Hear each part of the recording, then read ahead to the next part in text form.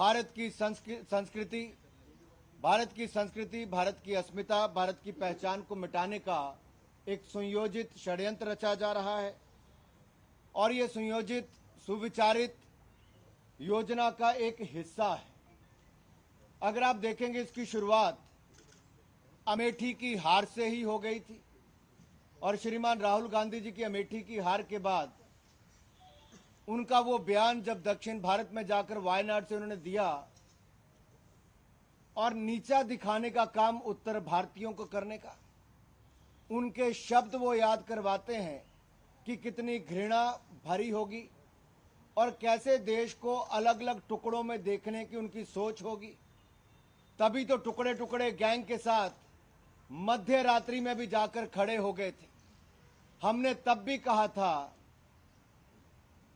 कि कुछ लोग टुकड़े टुकड़े गैंग के साथ खड़े हैं, वो भारत के किस टुकड़े पर राज करना चाहते हैं, लेकिन हम वो हैं जो भारत के टुकड़े नहीं होने देंगे, भारत को एकजुट रखेंगे। आप उस बयान के बाद आज को भी देख लीजिए, ये स्पष्ट तौर पर नजर आता है कि इनकी सोच हिंदी को और सनातन धर्म को नीचा दिखाने की है। कांग्रेस के नेतृत्व वाला घमंडिया गठबंधन, इसका घमंड और अहंकार पराजय के बाद भी चूर चूर नहीं हुआ, बल्कि ये उत्तर भारत को, भारतीयों को और यहां तक कि सनातन धर्म को नीचा दिखाने में कोई कसर नहीं छोड़ रहे। मेरा सवाल तो ये भी है कि आखिरकार आपकी भारत जोड़ो यात्रा में जोड़ने का काम किया गया कि इसको टुकड़ों में बांटने की सोच आपने आगे बढ़ाई।